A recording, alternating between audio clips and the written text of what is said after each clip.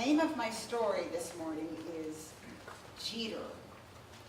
So, on Friday night at supper, Uncle Floyd once again made green beans fresh from the garden. Gator and Barabbas were getting just a little tired of green beans every night. I mean, they're good for you and all, but every night. So Gator quietly slipped some green beans off his plate and put them on the floor under the table so that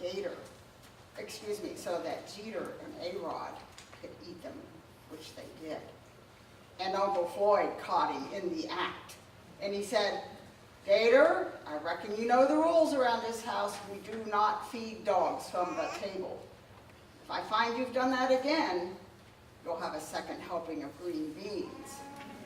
Gator resolved quickly not to do that again. And after supper, they put the dog food dishes out and fed them dog food for their meal.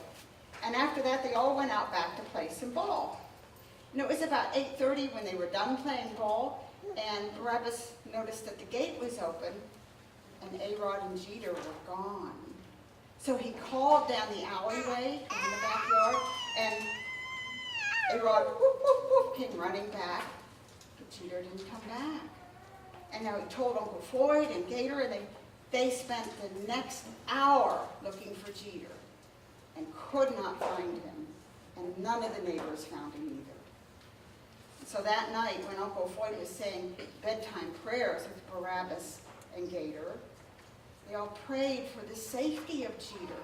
I mean, what if someone took him away in their car? Or what if he got loose up on the highway where there's a lot of traffic? Looking for Jeter was the first thing they did Saturday morning when they got up. But alas, he was just nowhere to be found. Lunch was a dismal affair. All just wanted Jeter to come home.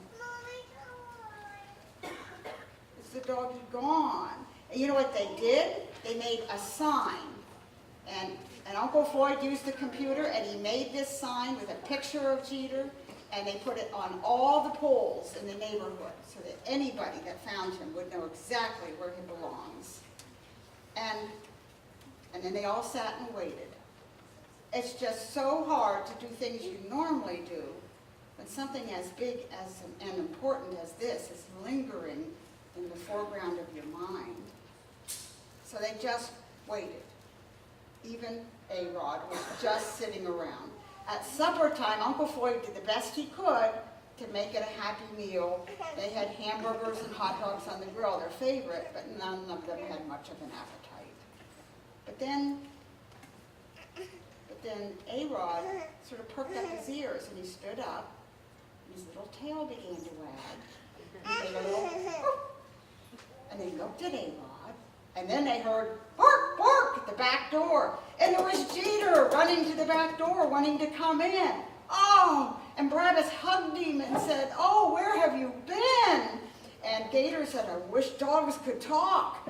And Uncle Floyd quickly checked him out to see if he was hurt, if he was injured, if he had any sign of being injured in any way at all. And he was a little dirty and kind of smelled funny. But other than that, it seemed like he was fine. So they gave him a drink of water, and he drank the whole container of water. They knew he was really hungry.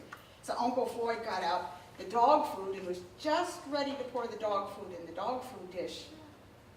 And he looked at Barabbas and he looked at Gator, and they all thought the same thing at the same time.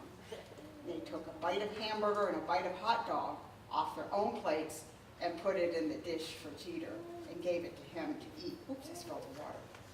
Gave it to them to eat. And today's lessons, Jesus taught us that it is very important to keep the rules and to follow the law.